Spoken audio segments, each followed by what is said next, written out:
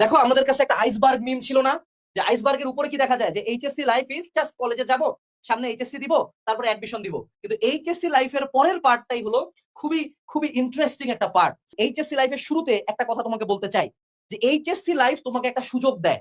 ধরে নাও তুমি আগে 10 রোল ছিলা, 20 রোল ছিলা, 30 রোল ছিলা, স্কুলে ফেল করছো, তোমার ফ্যামিলি গরিব, তুমি গরিব, তোমার চেহারা খারাপ, তোমার হাইট কম, তোমার টাকা নাই, তোমার পয়সা নাই, তোমার কোনো স্কিল নাই। আমি যদি তোমাকে বলি যে তোমার পুরা লাইফের যতগুলা পরিচয় আছে, এভরি সিঙ্গেল পরিচয় তুমি চেঞ্জ করে একটা নতুন পরিচয় নিতে পারো, তাহলে কেমন হবে যদি তোমাকে এই সুযোগটা দেওয়া যায় যে তোমার অতীতের করা প্রত্যেকটা ভুল ঠিক করার সুযোগ। দ্যাট সুযোগ ইজ এইচএসসি লাইফ।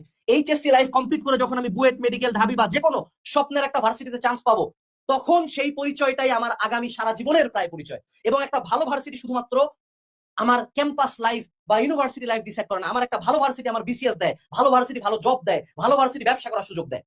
সো এই সুযোগটা আমরা নিতে রাজি কিনা, এইচএসসি 28 রাজি কিনা বলো? ইনশাল্লাহ আমরা নিতে রাজি।